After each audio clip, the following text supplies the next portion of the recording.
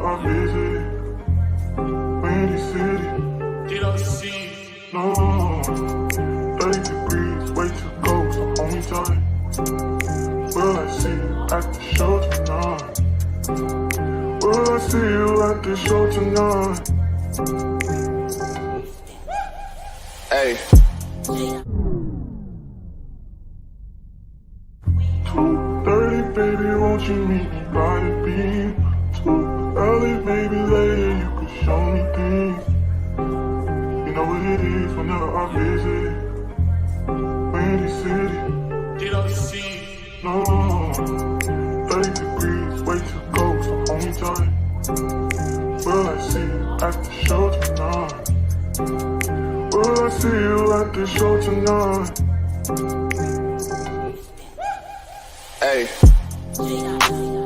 Truck to the plane, to the truck to the hotel lobby. Me, I go through underground garages, presidential suite on deposit, elevator up to the room, shower up and then we hit the club. Touchdown, gotta see what's up. Area code in my phone. What numbers do I still have? Who do I know from the past? Hit one, she say she got a man. Hit another one, it goes green. Must've changed foes on the team. Remember when you let me in between? That was 2017. All good, chug a look around, find one that seem my type. Damn, my dog and he know what I like. He done found me plenty in my life. Problem is I meet a girl tonight, then I go and treat her too nice. Galleria credit card swipes, I don't even know if she a wife. But I do know one thing though, women they come, they go. Saturday through Sunday, Monday through Sunday, yo. Maybe I'll love you one day, maybe we'll someday grow. Till then I'll sit my drunk ass on that runway, on this one way. 2:30, baby, won't you meet me by the beam? Too early, maybe later you could show me things. You know what it is whenever I visit Windy City. She blowing me kisses, no. 30 degrees, way too cold, so hold me tight. Will I see you at the show tonight? Will I see you at the show tonight?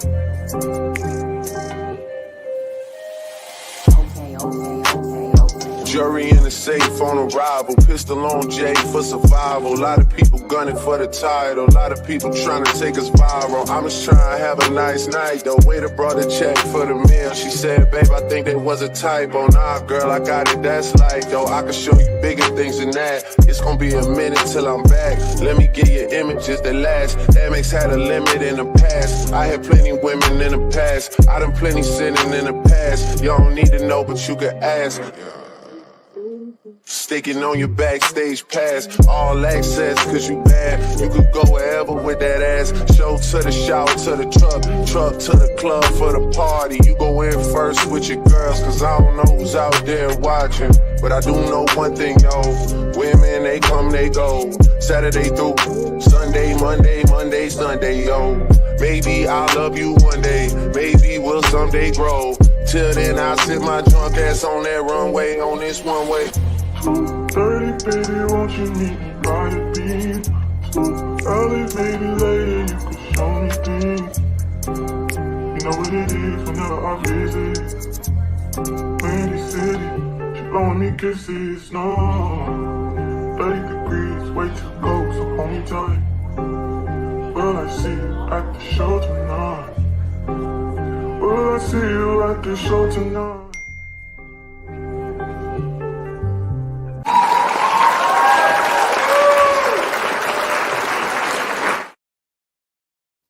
How you guys doing this evening? I want to welcome everybody to the show this evening. I'm not going to waste any time bringing our guest of the evening up, and I want to thank Nay, because Nay definitely helped me get this this interview with this special guest of the evening. Our special guest of the evening, his name is Coach Ken. Coach Ken is somebody who I have been watching since Nay told me about him almost 3 months ago. On his website, it says real, raw, and relatable. America's #1 relationship coach. I'm going to be placing his website and his channel in the chat throughout the show. But without further ado, I want to welcome Coach Ken to the show. and I want to thank him for being a part of everything we got going on here this evening. And just welcome and good evening, sir. Good evening, my friend. How are you? I'm doing wonderful. I'm doing absolutely wonderful. You know, for one, my family is doing well. My children are healthy. Good. I'm healthy. There's some things that I definitely would like to iron out with you tonight. There's some things that, as a young man, I think that maybe you can offer me your maturity and your experience on these different things that might help me, and maybe by helping me, maybe help my family, my daughter, and my sons. So I definitely want to thank you for joining us and being a part of Sin Nation this evening, which is what we call our show here. And also, like I told you, Nay is a part of our team here. She has all of our merch. She does a Hey, lot of stuff Nay. here, and she's a huge, huge fan. Huge, Oh, huge thank you fan. so much. I appreciate that, and thank you for having me. And I hope that that I can add some clarity to some things, and also add some value to your audience. And yeah, thank you for doing that. But I got to ask a question though Yes, sir. before we get started. I got to ask you, Yeah. how did you become the Emperor Simp God? I just can't let that go. So I want to know. Give me Uh, the background of that. well, I'll tell you this. I became the Emperor Simp God because for a long time I was a part of the manosphere, and I had issues um, that I didn't solve myself. Right.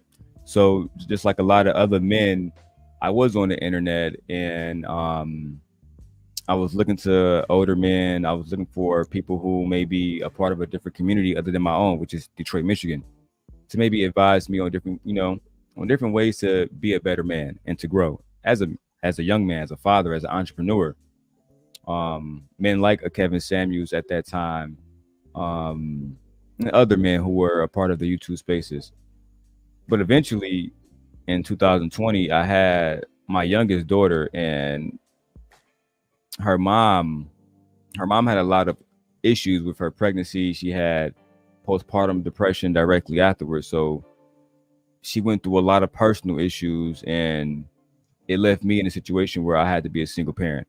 And at that point in time, I started to really understand what single mothers went through. I started to really understand um like the talking points that like we would be mad about that these women would quote unquote spew on these different panels. I started to understand them. I started to really feel like, okay, maybe I didn't understand why she would want this man to do more, but having to change my work schedule and everything else around this child, having no help, not understanding how to do my daughter's hair, all these different things, and placing myself as a sole proprietor over this child, it it opened up a whole new world for me. So I got on panels again, and I began to defend women, and a lot of men. I'm not gonna say that they shamed me, but they kind of did. They made me feel like I was a bum. They told me I was a simp. So I kind of just started to go with it. And one day, a guy called me the simp god. He said the only thing you do is simp for the women. I said no. I just feel like men, a lot of these issues fall at the feet of us, and if we lead, then I do believe that we will have a better outcome. And I think that's why we tell women to vet from the Pookie and Ray Rays to the better men, so they can have the better outcome. So I think that's all it is we need to have less Pookie and Ray Rays and just more better men. And I wish to be one of those better men. Okay. Well, and the reason I asked that because one day I was on one of my lives, and a guy said I was a simp, right? Yeah. So by this time I realized, and I was like, you know what? The more I think about it, I am a simp. I said, if a simp means being a good father, if a simp means treating my wife right, if a simp means catering to her needs, if a simp means my daughters want to be like me, won't hurt their men to be like me, then damn it, I'm a simp. Then I embraced it, So I asked that, but I think, and I think this can get us started. I think what happens is because we don't know how to label something, what we do in our society is we begin to label things we don't understand. We begin to label things that we are in opposition to because we don't seek to understand it. And so it allows us to take sides and create division. And so, okay, fine. But a lot of those people in the manosphere, as you say, it's funny how you got a guy like Kevin Samuels, and God rest his soul. I don't want to talk about him, but you got a guy who was the voice of this movement, and some of what he said was true, okay? But it was the spirit in which he said it. So I don't believe you have to dehumanize somebody to get a point across. I don't believe you have to dehumanize somebody to empower people. And so that's just the problem. So, at the end of the day, I'm glad you're doing what you're doing. No, definitely. I agree that you don't have to dehumanize people. And that is something that I also have been guilty of, especially in that sector. We learn to be quote unquote masculine. We learn to be quote unquote just dominant, right? And some of those ways begin to manifest in a very aggressive manner, right? Sure. One that's not what's the proper word? It's not going to actually move the needle along. It's not going to solve the problem. Most of the time, what it end up doing is creating more toxicity within that situation, right? Sure. It doesn't give us a chance to be emotionally reactive and be emotionally stoic in the situation. Most of the time, we're doing things and we're not really thinking about how this might affect the woman. For example, I was a big fan of Shahrazad Ali, and that was one of the books that I really pushed. But as I began to go on my YouTube journey and speak to some of my own family members, the book does promote quote unquote domestic violence, because at one point it talks about how you can smack a woman if she gets out of line. That was something that eventually I had to understand. If you teach men this, even if you say it's okay because of the Bible, it can manifest in very dark ways. So we cannot push that. We should push that, in my opinion. Men should be stoic with their wives or with their girlfriends or the women that they want to court for marriage, and understand, to be honest, whatever that you're doing, that's irritating her. That's put her in a situation where she doesn't trust you. But that's how I have learned personally. And still, I'm not married. Still, I haven't gotten it right. So clearly, there's still things I need to learn. And I just feel like, with all due respect to Kevin Samuels, God rest his soul, he just didn't have the desired results that I wanted. And that's why I have you here today, cool. because you are married, and a man who's been married for almost as long as I've been alive can tell me, I think, a little bit about marriage. No, that's good, man. I appreciate it. And let's just jump right in and let's help some people. All right, perfect. So the first thing that I want to talk to you about was the benefits of marriage, because okay, I think that my generation, with all due respect, a lot of men feel like there is no incentive to be married, especially because a lot of men, the first thing that we see in the woman is how she looks, and if she's going to have sex with us, if she's going to acquiesce to the plans that we have, if she's going to trust those plans. And a lot of us are frustrated because women aren't doing those different things with us, but they will have sex with us.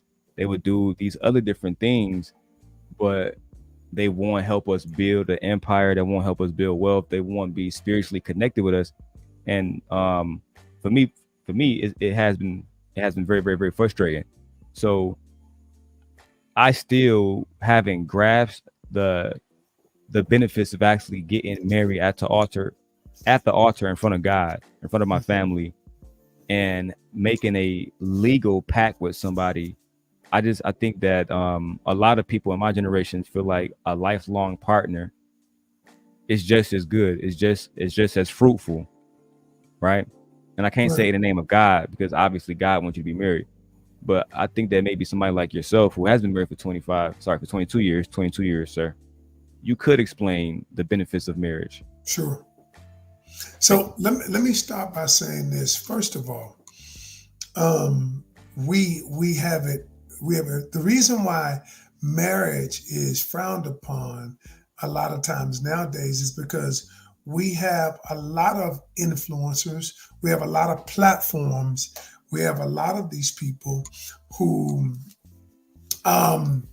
put marriage in a negative category. Now the truth is, let's be honest. Every human being that comes on this earth wants to be loved. It was something that God gave us because he talked about, of all the things, love is the greatest of them all.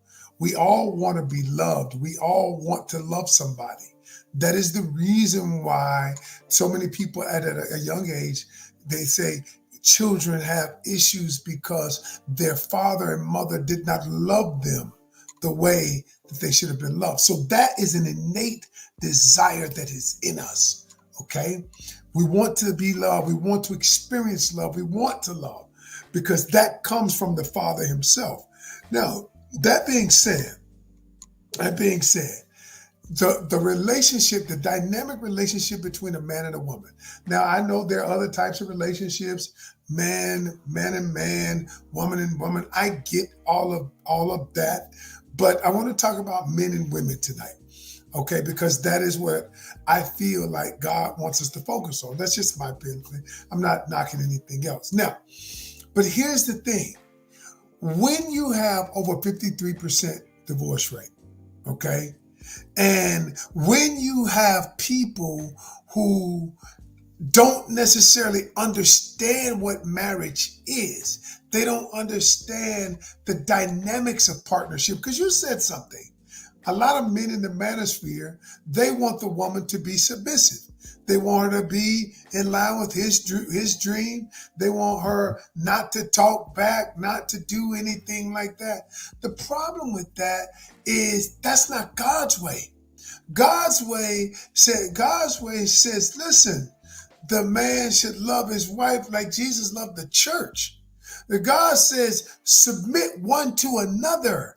It is not she submit to, it's we both submit to each other. And what we're missing more than anything else, and my wife and I kind of figured this out, is partnership.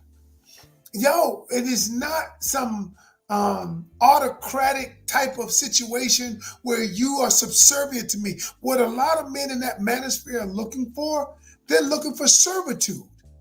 My wife and I, we did our podcast tonight. That's why we got on late. And we talked about us supporting each other. We talked about partnership and what it really is. So one of the things that I trip off of when I hear people say 50-50, you know, and then women say, I ain't going 50-50. And then dudes be like, you know what, I ain't paying it. And I thought to myself, we have reduced relationships to transactions. It's transactional. Let me give you a quick story. And I don't want to monopolize the time, but I want to give you a quick story. My wife, I was on a reality show called The Biggest Loser about 15 years ago. All right, 16 years ago now. And on this show, I lost, kept it off. I was 420 pounds, so I've lost 160 pounds. And I remember during this time, I was a speaker traveling around the country. I was making good money. And I had $60,000 worth of business lined up. I had to turn it all down to get my health back. And I'll never forget this. My wife, I could not work for 9 months because I was trying to get my health back. I was on the show. My wife worked 2 jobs. I'd never forget it. She would bring her money and put it on my desk. And she would put it on my desk and turned around and not say one word. And what I realized, that's partnership. Because sometimes you might she had to give 90%, I could only give 10. Now, that's the only time in our marriage that she's ever had to work like that. My wife don't have to work. I make enough money for a family of 10. But the thing is, I never forgot that. Because what I told her is partnership meant sometimes you got to give 80. The other person might not have 20. When her father died, for 2 years, my wife didn't have anything. I had to give 90-10. And that's what I'm saying. Relationships are about partnership. They're about collaboration. And we reduced this shit to transactional. So you asked me, your original question is, the benefits of marriage. Number one is that I have a partner who's got my back. It is about partnership. The number two, I have somebody who is willing to help me grow, whether that means calling me out, whether that means encouraging me, whatever that means, she's about helping me grow and I'm about helping her grow. That's what marriage is, and that's that. But we've got it twisted, man. The benefits of marriage is I have a partner that no matter what comes, good, bad, or ugly, that we're in this together to build, to grow, and to heal together. That's what it is. I appreciate that because partnership is an interesting way of looking at marriage. I think that partnership is good. I think that partnership is actually, for me, for how I want to go forward with my life, it might be the best way to have a relationship. Do you think that love should matter in a relationship more than duty? And let me I guess contextualize that.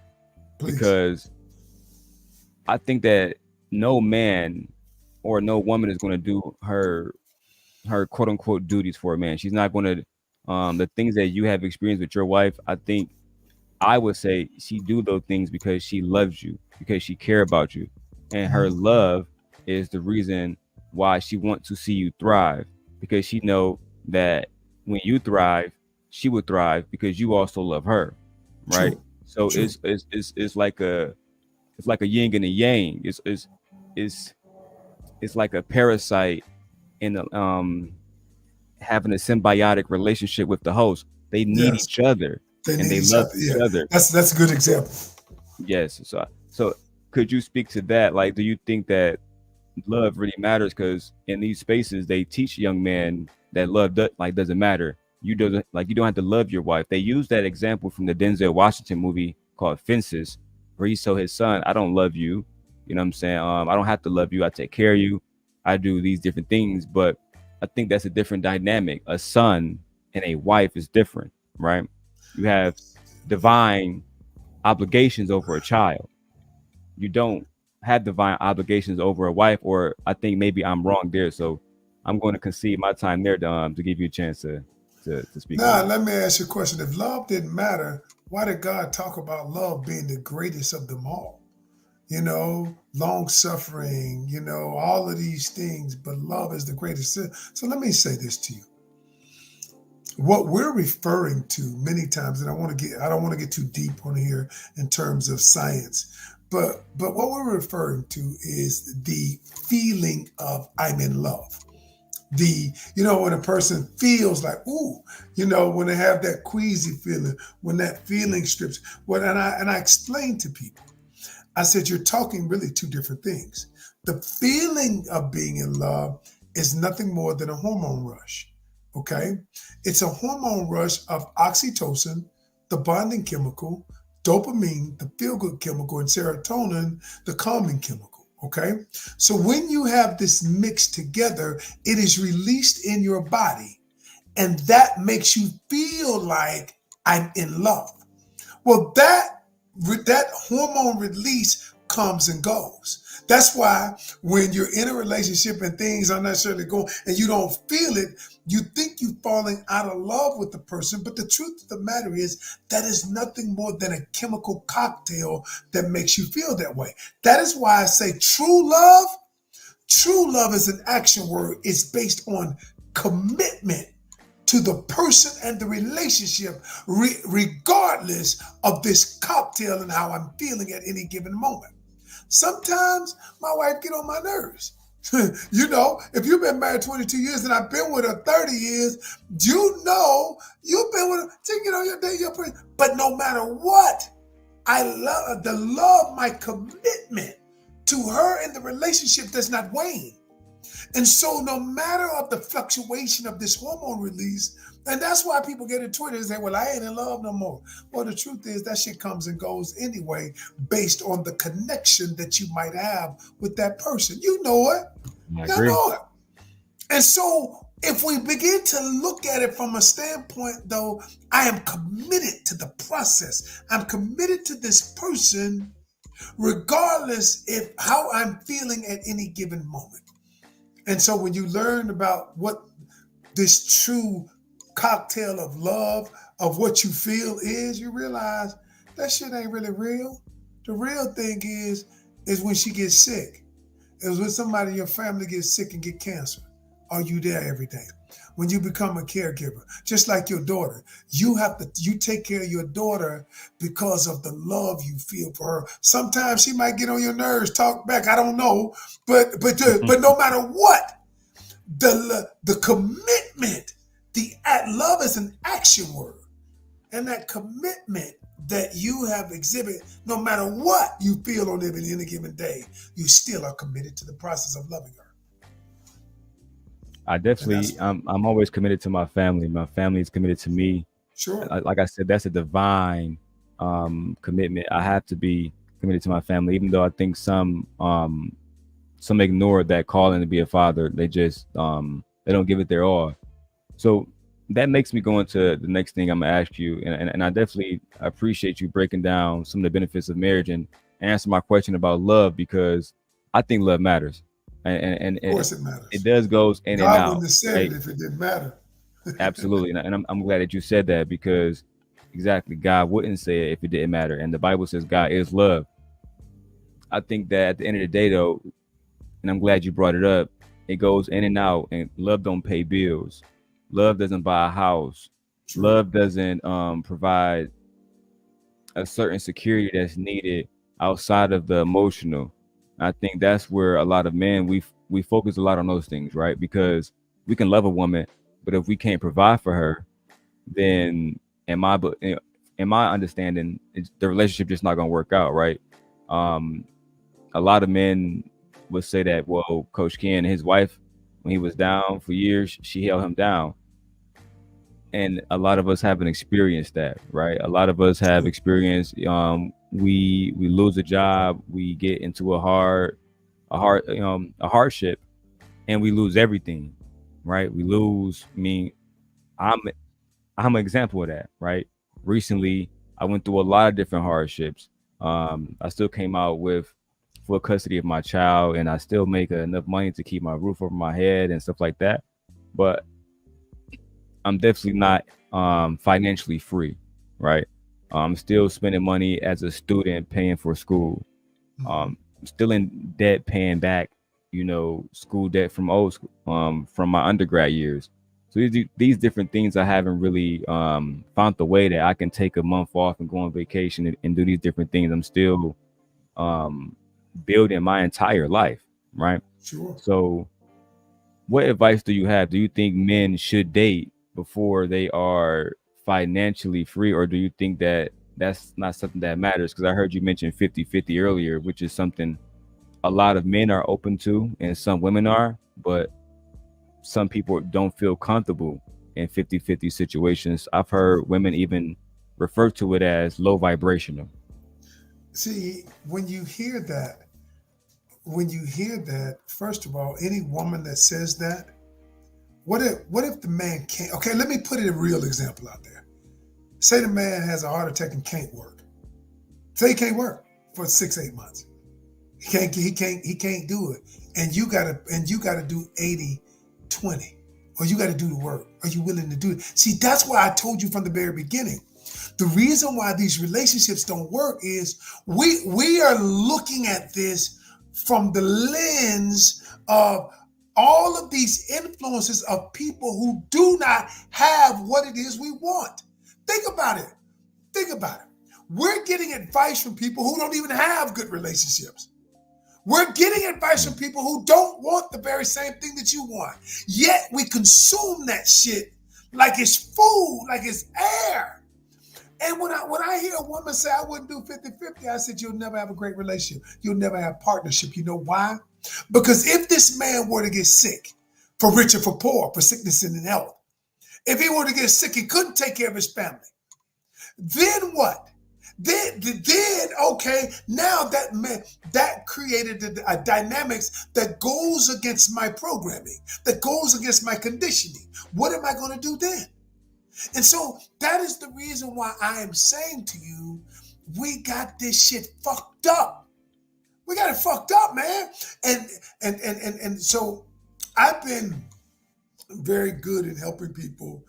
I've helped save 298 relationships, marriages.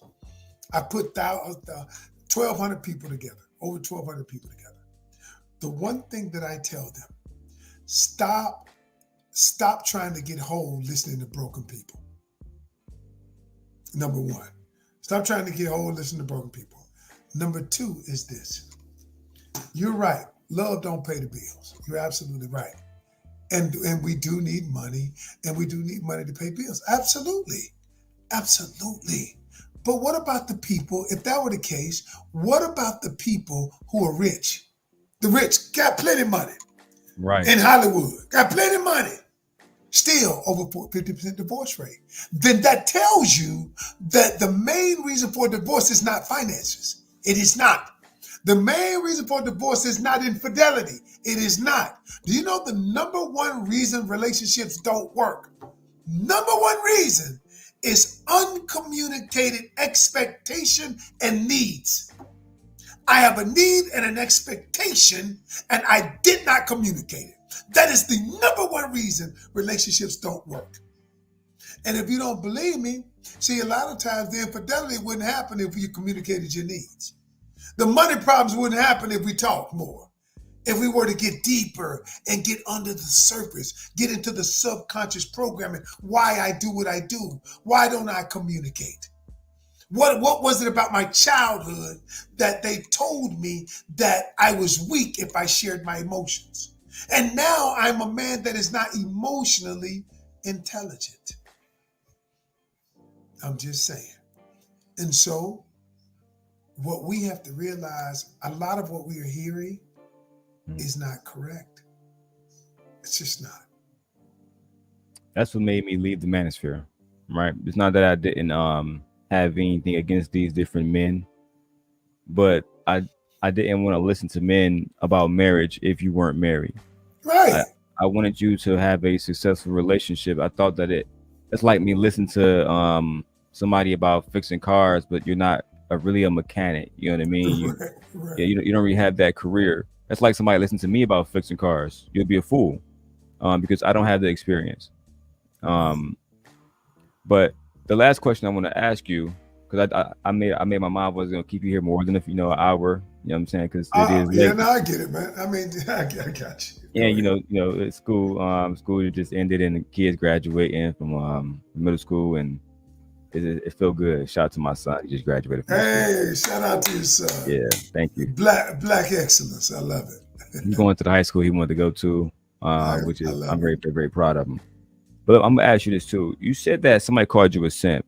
Do you believe that simps are bad? Because I believe that simps are, that word itself is a construct that men created to shame other men who simply just care about their women, who just want to maybe not pedestalize women, but prioritize women because of whatever reason and purpose that it may be. It might be because he loves his family, he loves his daughters, he loves his wife, he wants his image to be a certain type of way.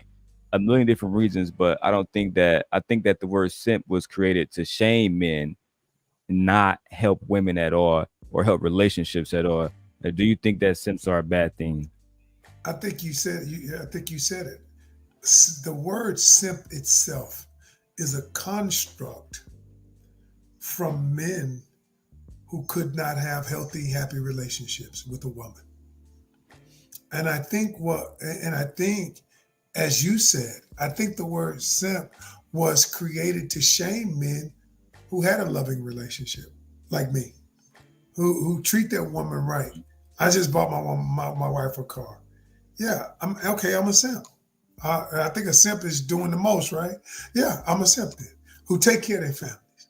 Okay, I'm a simp then. And I think you said it best when you said that it was created by men to shame other men who wanted to have a certain type of relationship, a loving relationship with a woman. Now, here's the problem though. The problem is most men that say that, I don't have the numbers, but most men that say that don't have a relationship, don't have a happy, healthy relationship with a woman. You know why? Because their vibrational energy, the energy in the word simp is low vibrational. It's negative.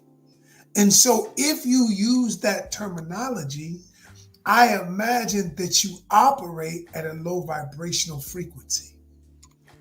And so you cannot attract a great relationship at a low vibrational frequency. You can attract a toxic relationship, and I see it all the time. So to answer your question, is it bad? Hell no, not to me. But I agree with your definition that it was created by men to shame other men. The thing is it doesn't shame me. I embrace the title. So it does the exact opposite of what you wanted to do. When dudes say you a simp, I was like, I am. Thanks, man. I appreciate it. So Sorry about that. No, you're good. Before I bring any guests up, I want to go over the 8 books that you have, and I did put the link to those books here in the chat. I see the first book that we have here at the bottom is God, I Ain't Trying to Hear That. God, I Ain't Trying to Hear That. I ain't trying to hear all that. That's my you first ain't book. trying to hear that. You Can know, you explain to me what that means? Yes, sir. Yes, sir. I wrote that. It was my first book. I had just gone through bankruptcy. I was a young man. I just, and I wrote the book because I realized something. God was trying to teach me something through all of this, but I was just trying to get money. I was just trying to do my own thing. And I'm like, God, okay, I ain't trying to hear all that right now. I'm just trying to do my own thing. And whenever God is trying to show us something, and if we don't learn the lesson, we're destined to repeat it. And so that's when I wrote that book. I always tell people that's my best book, my first one. So, okay. And a couple of other books that I've written are not up there, but yeah. But which book would you say is your favorite book, your most impactful book? Oh, my most impactful was the one I just said. All of them are good. My wife and I wrote the Canion Culture during COVID, creating relationships that last. But I think my most favorite book is still God, I Ain't Trying to Hear All That. Okay. That would be the one that I purchased. And then, but I would say either that one or One Decision Away. That's good as well. 10 decisions you can make to transform your life. I'm going to put that link again in the chat. And I did drop the link for anybody who want to join. It is in my chat. I'm not a moderator on Coach Ken channel, but if anybody want to join, you guys will be able to join. And I have no problem with you guys having the conversation with myself or Coach Ken. I do have one individual in the back who is my ex-girlfriend. Her name is MJ. She did text me and ask me, could she be a part of the show? She's not going to be on camera tonight. So I guess I'm going to make it so that you guys don't have to be on camera this evening, but I will ask that you guys are respectful and we refrain from any curse words, et cetera, et cetera. So without further ado, Lady MJ, welcome to the stage. Hello. Thank you, Darrell. Hello, Coach Ken. This is my first time meeting you. How are you this evening? Hello, MJ. How are you? I'm doing well. Thank you. I thank you very much for allowing me to ask you a couple of questions, if you don't mind. No, shoot. So most of the time when it comes down to relationships, it's been said, even in psychology, there is literally 3 types of relationships that most individual outside basically adhere to, right? It's the relationship of lust, relationship of utility, and the relationship of kindred spirit. Now, kind of going back to what you was talking about, how we have a lot of influencers out here, basically being relationship coaches and stuff like that. But then when you look at their track records, they don't really have any relationship that is actually a successful one or be considered a successful one. Right. Do you believe that? Do you believe that the success rate is declining because people are navigating to relationships of lust and utility and not really taking their time to build the kindred spirit type of relationship? Yeah, I think here's what I think. I think that we live in a culture, in a microwave culture. Microwave, I want it fast, I want it now. I can communicate faster than ever. I can get what I want quickly. And I think we have been conditioned as a society to want everything quick and with minimal effort. That's just it. I often say relationships wouldn't be so hard if we didn't expect them to be so easy. So to answer your question, I think those type of relationships are the relationships that are promoted in culture. Okay. Mm. And so I want you to understand something, that there is a term called neuroassociative conditioning. All Okay. right. And I want you to understand that we are conditioned to do what we do. Absolutely. Your subconscious programming is conditioned. That's why you drive the same way to work every day. That's why we get up every day and have a routine, because our subconscious mind operates in a way of conditioning. It's called auto response, right? Right. So imagine this, MJ. If all you hear all day long is she for the streets, women for the streets, men are ain't shit, all men cheat. And imagine if your subconscious mind did not filter this through the eyes of a healthy, happy relationship. And you only filtered it through your pain and trauma. Okay? Right. Now your subconscious mind would accept it, because I want you to understand something. A belief is nothing more than a thought or a statement that your subconscious mind has accepted as true. A belief or a thought or a statement that your subconscious mind has accepted as true. Now, so how many people out there have accepted these things as true because they're viewing it through the filter of their pain? That's very interesting thought. And so when I accept it as true, now what am I going to do? My subconscious is accepting, yes, all women for the streets. I'm just going to get with someone, and I don't want to get serious. I'm going to have two. And they believe that's going to lead to happiness because everybody's telling them this and they're listening. And so now their subconscious has been programmed to accept that. Now what do? They promote the same thing that they've heard. And it's all coming through the lens of pain and trauma. I agree. I definitely agree, especially when it comes down to social media. Social media has literally became a worldwide therapy session for most adults and teenagers now, to pretty much have a living journal of what they're experiencing and how they're feeling. And because it's not controlled and it's not within people that actually know them, who actually love them, who actually truly want to support them, they can be getting the wrong type of, attention or advice to, or something that they need actual, help with, as a per se a therapist. Like, I spoke to my therapist, and even my therapist said, if you have individuals who are staying online, talking this gender war or this nonsense type of mess all day, she literally said that they must not be they must not be mentally healthy at this point if they're doing this online all day. So I totally agree. Yeah, and so that's without me going into the weeds, because I'm a big psychology person, I Oh yeah, often, I mean, I am too. I love to go through back and forth with psychology. That's like the biggest yeah, thing when I yeah, did on my channel. Yeah. yeah.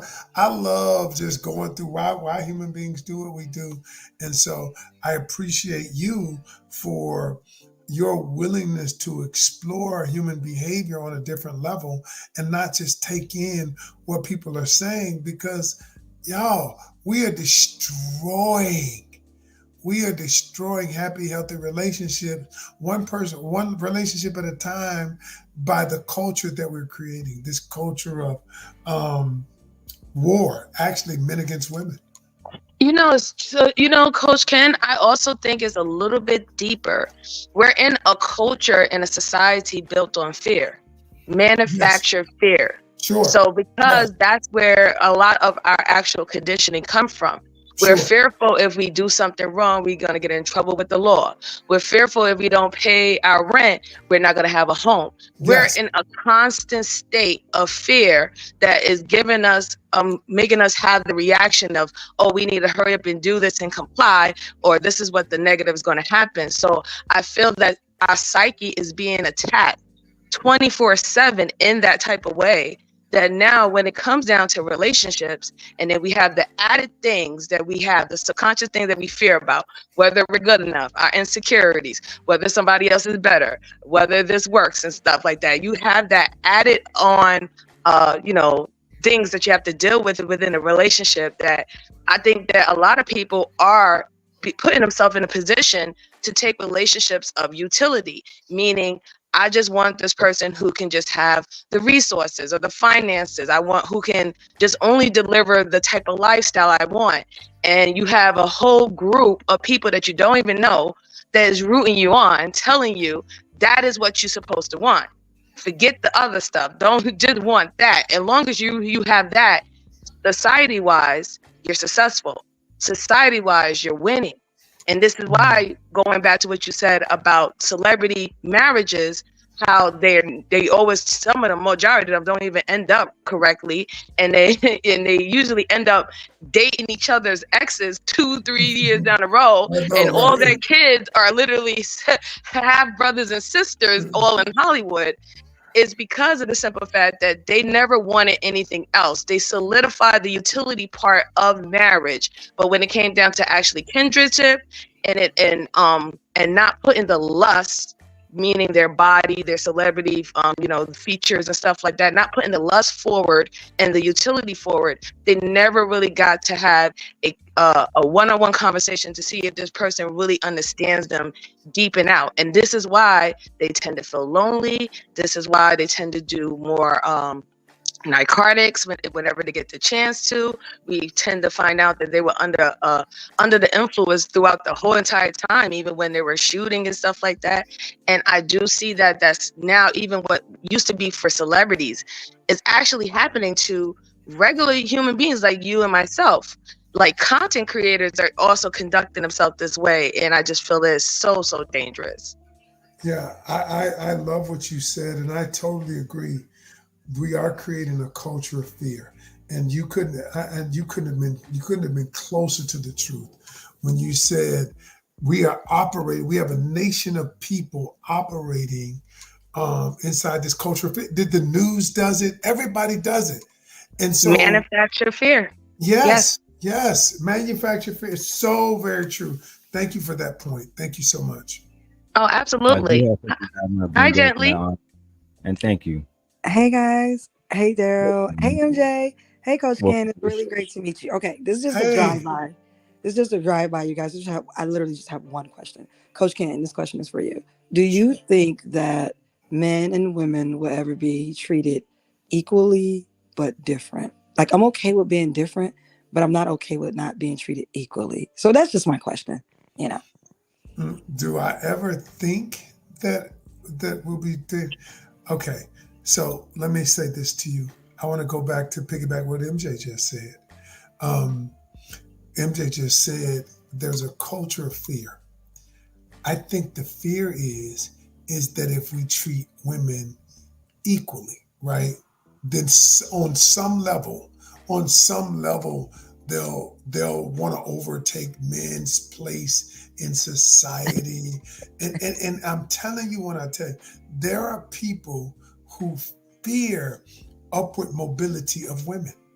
They do. Wow. Yes. And so will people suppress that? Absolutely. And that's just the honesty. That's just the way it is. Okay. But gently, let me say this though. It doesn't mean, but women are responsible for 73 to 78% of the buying decisions in America. I believe that. And so let me say this to you. As long as women are making more money, they will have a seat at the table. I assure you. Okay, with that, because I do want to make more money, and I don't want to stop. they're gonna have a seat at the table. So yeah, that's my answer. All right. Well, I had the ladies here. If you guys have time, Coach Ken have courses that I'm definitely I want to take part of. I'm definitely going to buy. One of the courses is what she said, what he heard, the art of communicating with men, the 5-day challenge, and the master course. I'm going to put both of those in the chat right now. Coach Ken, can you explain what she said and what he heard? Do you think that there's some kind of miscommunication between men, and that's why our relationships are failing? Absolutely. No, and it is because, think about it like this, y'all. We get trained on everything. We get trained on how to do our job. We get trained on how to buy a house. We get trained on how to, change an oil filter. We get trained on everything. Why is it that relationships are the only thing, or one of the only things, that we just expect to work without any training, without any strategies, tips, techniques? We don't know anything of how to communicate. We just expect it to work. We don't know anything about conflict resolution. We just expect it to work because we feel a certain way. So when I'm a communication expert. Long story short, I created an AI product 8 months ago called the Pocket Communication Coach to help people communicate better. I've got close to 1,000 subscribers in 5 months. The reason being is because there's a fundamental difference in how men communicate and how women communicate, how we perceive communication. Me and my wife did a podcast the other day. I'm gonna ask y'all this. So I said, what did you hear if I say to you, honey, your hair looks good today? What did you hear? And now listen, this is my wife. I said, what did you hear? She was like, I heard that my hair didn't look good yesterday, right? Yeah. And I was like, that ain't what I said. You said today. But that ain't what I said. You got to understand, some women are very over analytical, and they have analytical skills, especially if that's their career, and they have to think like that. They have to think about the things that are not being said, not the things that are being said. No, I get that. But I just used it as an example to show how I was just giving you a compliment today. I wasn't even thinking about yesterday. But you said today, Coach Ken. I know, but I was giving her the compliment today. So my point for saying that was, I was telling her, I was like, it is not what we say. It is what is interpreted based on what we say. Okay. And so a lot of times, men and women, and so I view communication differently. So I did that, what she said, what he heard. I wrote that. I have a whole course on helping women understand how men view communication, because a lot of women say things like, he just won't communicate, he won't talk. And then I tell them and I teach them, I said, number one, you have to nurture an environment for a man to communicate. There's a certain way you do it. I said, the second thing is this, and I'm gonna leave y'all, I want y'all to hear this. Most men, especially men of color, have been conditioned, programmed not to communicate. Why would that be though? Like, why would you program a person not to communicate if communication is the way we do everything with someone. Like, Let me like, why would that explain it. be? Let me explain it. So remember, from let's start back when the little boy is 6 and 7 years old, and he something's going on with him. He start crying. What do people say? Suck it up. Keep your mouth. Don't cry. Man up. Man up. Man So up. so that little boy associates him showing emotion to weakness. So he grows up, that same little boy, when he's experiencing something, we've never taught him how to be emotionally intelligent, how to express his emotions. We just said, keep it down. Don't break it out. And so that little boy becomes a teenager. And the only time he brings out, he's experiencing, only times he brings out his emotion is when he gets mad. Because, men of color, when we get mad, that's when you see our emotion. That's right? true. And so... Sorry, Coach. Sorry, Coach Ken. I apologize. I was just going to state is that sometimes I think there is a confusion with being stoic and not still being able to deliver your message, the message that you want to, give out, right? Because even in my profession, I have to be stoic, quite similar to men. And I work around nothing but majority of men most of the time. I still have to find a way to get my point across and still learn how to, keep my emotions about certain things or whatever the topic is under control. So the individual that I'm speaking to don't think that I'm, attacking them, especially if it's something that's like a personal grievance that I have with that individual. So I want them to understand what I'm trying to display to them and not like I'm trying to release any negative energy that I have on the situation onto them. Because once people feel that negative energy, they get in defense mode, right? So that's something that I've been taught because I have professionally went to leadership school. And I think that more men would do well to try to look out for those type of programs where they can get a professional leadership on how to be stoic, but still actually get what you need to get across. I really think that that's where the lack is because they feel that stoicism means that I can't share my feelings and I don't know any other words how to express my feelings to the individual to get what I meant. And I think that's a big misunderstanding when it comes down to people in general, but definitely when it comes down to men when they're dealing with women, because when we see a man shut down or when he's calm, we feel that man, most of the time, not all the time, but most of the men who are shutting down or they're quiet is that they're over the situation. They're over the situation because they feel that you do not understand them, like they're speaking a different language, and that is no point at this to talk or speak anymore. And for a woman, especially if that's your significant other, she's going to take it as you're pulling away from her. She's going to take it as now you're shutting down your emotional, connection to her because you can't. She might not see eye to eye to what you are trying to tell her. Or when you're trying to express your feelings, she'd be like, okay, well, I understand that you're mad about this, but what about when this happened? You know what I'm saying? Like, well, this is how I felt when that happened. So I think that definitely, stoicism is a good thing because it does help you control your emotions at the right time, and when you're in the right space. We have to do it at work. We have to do it if we go to a federal building. There shouldn't be no reason why we can't operate the same in our households. You use the word stoic, okay? I understand why you use that word. I would not use that word. I would use the word the term emotional intelligence, understanding how your emotions affect you and the people around you. I think that from my professional opinion and the thousands that I've coached, that more people, that I even have some ones who are stoic in there, but they're not emotionally intelligent. They don't understand how their emotions affect them and the people around them. And so my endeavor is to help people become more emotionally intelligent.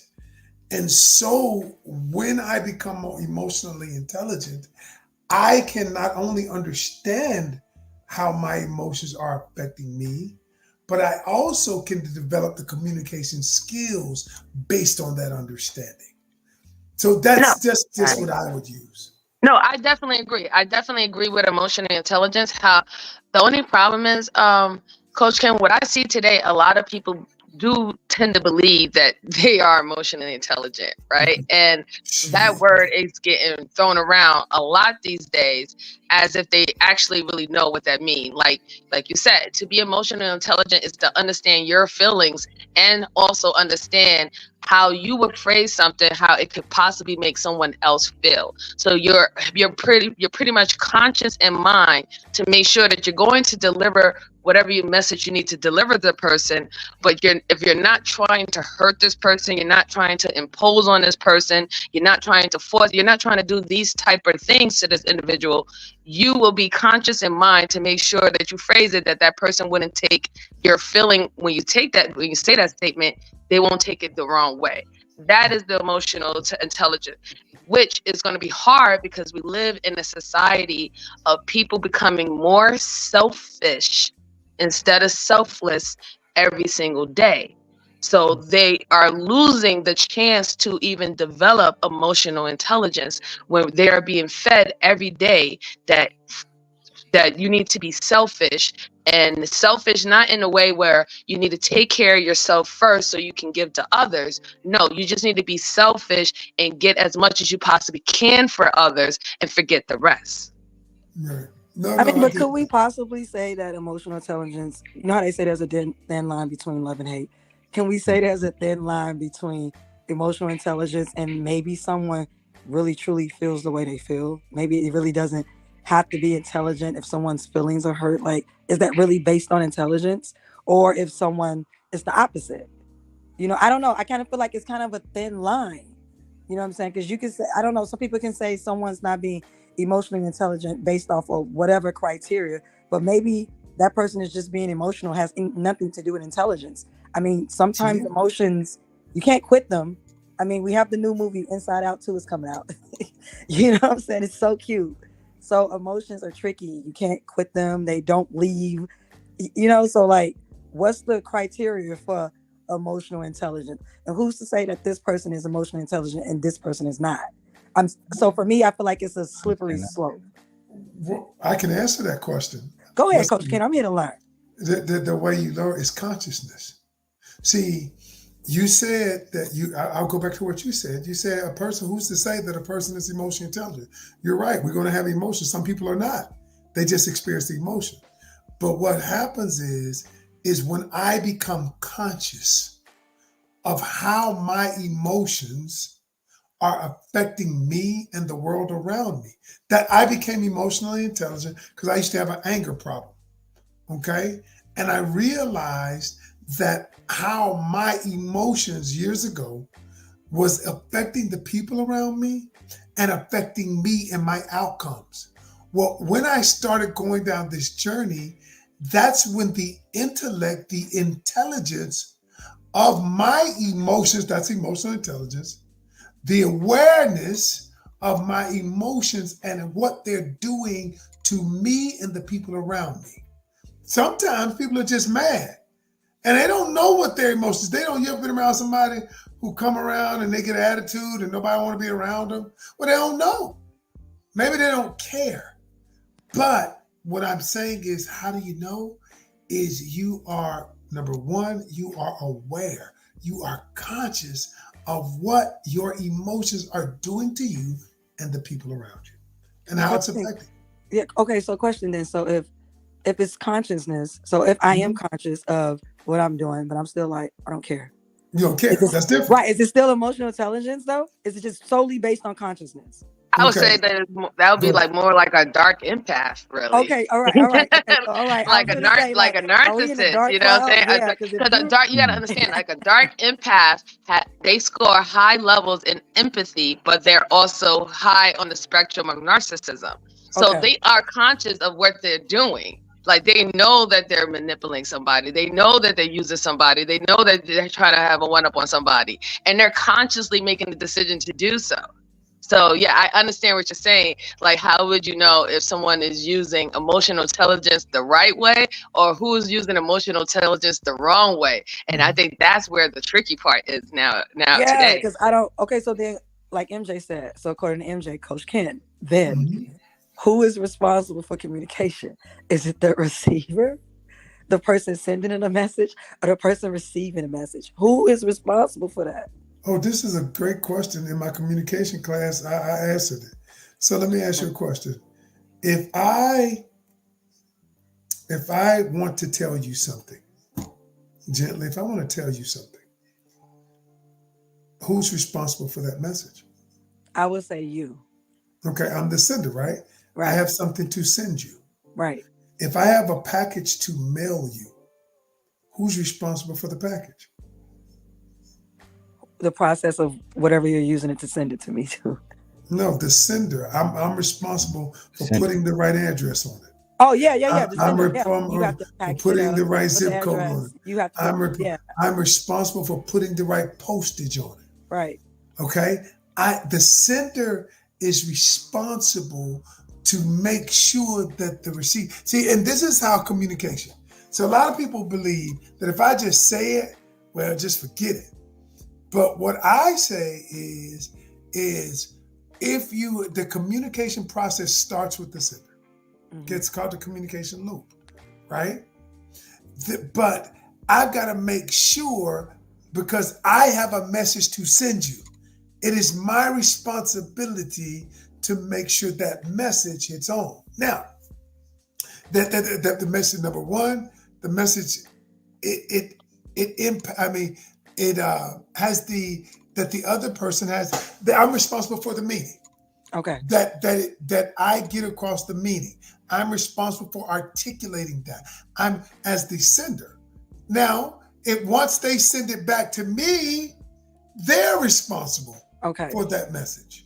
Okay. That I receive it, right? That I understand the message. Because a lot of times people say, you ever heard somebody say, well, this is just my way. I'm going to just say it. You can tell me how you want. Yes. I've heard people speak like that. They don't care how it comes out. And then that message doesn't the intended meaning doesn't get across. Okay. Because then I get offended at that point. You get what I'm saying? Because now you're not really using conversation etiquette, as I would call it. But I want to ask you about this, and after this is going to be my last question of the night, because it is 10:30 this evening. I do want to thank Coach Ken. First, I'm going to allow the ladies to get their questions out too. You spoke to Tammy Roman a few months ago, sir, on MTV's Caught in the Act Unfaithful. You also you saw that, Gently? Yes, I did. Okay. We have fans here of Coach Ken, as I said before, within Simp Nation. Can you speak to the psychology of individuals who are cheating? One, but even more, can you speak to the psychology of the individual who accuses their partner of cheating if their partner is not cheating? Well, that's two different questions. Exactly. So that's the two different answers. So, but okay, let's go back to your first question. Psychology of the person that cheats. See, that's you can't. The psychology, and it's funny. We're filming the show right now. Okay, I'm going tomorrow to film 2 episodes this week. Okay. The psychology of the person that cheats, it's very there are a plethora of reasons why people cheat. So there is no one psychology of a person that cheats, because some people cheat because they feel like they're not getting something out of the relationship. Okay. Some people cheat because they're just selfish. All right. Some people cheat because they have had trauma and they don't believe that the relationship is going to last. So I'm going to just go ahead and do what's going to be done to me. So when I say the psychology of the person that cheats, there's a plethora of reasons why. So they don't all fit in one box. Okay. And so there are a lot of different reasons why people cheat. A lot of different reasons. I would also like to say that there's different levels of cheating, right? Because there is the physical level, there is the emotional level, and there's the spiritual and mental level. Like people don't think if you're withholding things from your mate or you're doing things behind their back that they later on find out, they don't think that that is cheating on their mate, but you are actually cheating on the trust that was developed within that relationship. And when you start out with certain things like that, that looks like it's so minuscule, right? You think like, oh, it's very simple. I forgot to tell you about that, or no, I'm sorry I didn't mention it about that, even though it happened 3 days ago. What happens is it starts to become a pattern. Then now it's not only mentally cheating. Now it's spiritually or emotionally. They tend to find out they're expressing their emotions to other people more than their significant other that they're supposed to. And then usually when it comes, I think the last part is when the physical, like that's the last part, like the last step of cheating, because cheating usually starts within the mind first. Mm-hmm. Yep, I agree with that part. It definitely starts in the mind first. I definitely agree. I want to say shout out to Gore for his $25 cash out. I do appreciate everybody that supports the show. And please make sure if you guys want to book any sessions with Coach Ken, I do have the link here. It is pinned right here on Twitch, Twitter, Instagram, Kick, and Facebook. I stream to all of those different platforms, as you guys know, and also Rumble. And thank you again, Gore, for the cash app. I'll do the money song later. But I want to appreciate everybody on the panel. Thank you so much, Coach Ken, for speaking with me. I had a lovely time speaking with you, and I hope that I get to see you again. I would definitely go and look out for your books, and I definitely will come to your channel. And maybe in the future, maybe you might want to come to my channel and probably have a conversation one day. Yeah, all right, awesome. Thank you so much. And Darrell, I just want to say thank you so much. I appreciate you for allowing me to come on. And Gently, it was great seeing you again. Y'all have a lovely night. MJ. It was great seeing you too.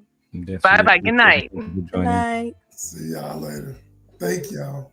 Anybody who wanna subscribe, I definitely support you guys and thank you guys so much for just joining us and being a part of Simp Nation, especially on Coach Ken's side. I did see a lot of support over there. So thank you all. Jimmy, did you have any final words that you want to say before I get to Coach Ken and give him our final words? Yes, I do. Coach Ken, after listening to you tonight, I'm a tough cookie. I feel like just a little bit, not a lot, you've kind of like gave me a little bit more nudge towards marriage. Like, okay, I guess it's okay. I couldn't do you made me feel like it's okay because I don't want great. marriage, but the way you described it was beautiful. And for me, I was like, okay, if it's what Coach Ken is saying, then I can get behind that. So you gave me a little bit more faith. So I appreciate that. Thank you. I appreciate you. When you get the right person, Gently, you know what? I ain't gonna have to say nothing else. I'm hoping so. Absolutely. All right. Thank you. It's nice meeting you, Coach Ken. Likewise. All right now. And Coach Ken, do you have any final words? And thank you for the hour and a half that you have graced us. Well, the hour and a half that you've graced us, because I don't have any money to pay you for the show. You didn't ask me. Man, you don't. I don't want any money. I want people to grow. Yes. I want people to grow, man. And you keep doing what you're doing because people are growing. Keep doing what you're doing, and thank you for having me. And I'm all in. I appreciate you. I appreciate the work that you're doing. And at the end of the day, I appreciate the family man that you are. And look here. If you ever need me, just call. I definitely appreciate it. I do get your number, and I definitely I love that you extend the invitation to somebody like myself, a young man who you just met, and I appreciate it. And I will take the opportunity to do just that. Absolutely, brother. You have a great evening, okay? All right. Thank you too, sir. All right. God bless you. Y'all be good. Thank you. Alrighty, and I'm going to because I do conduct my show after we're going to keep going. I'm going to remove from Coach Ken's Facebook, and I'm going to remove from Coach Ken's YouTube. You guys have a good evening. Thank you so much for being here. God bless you all. All right, and let me remove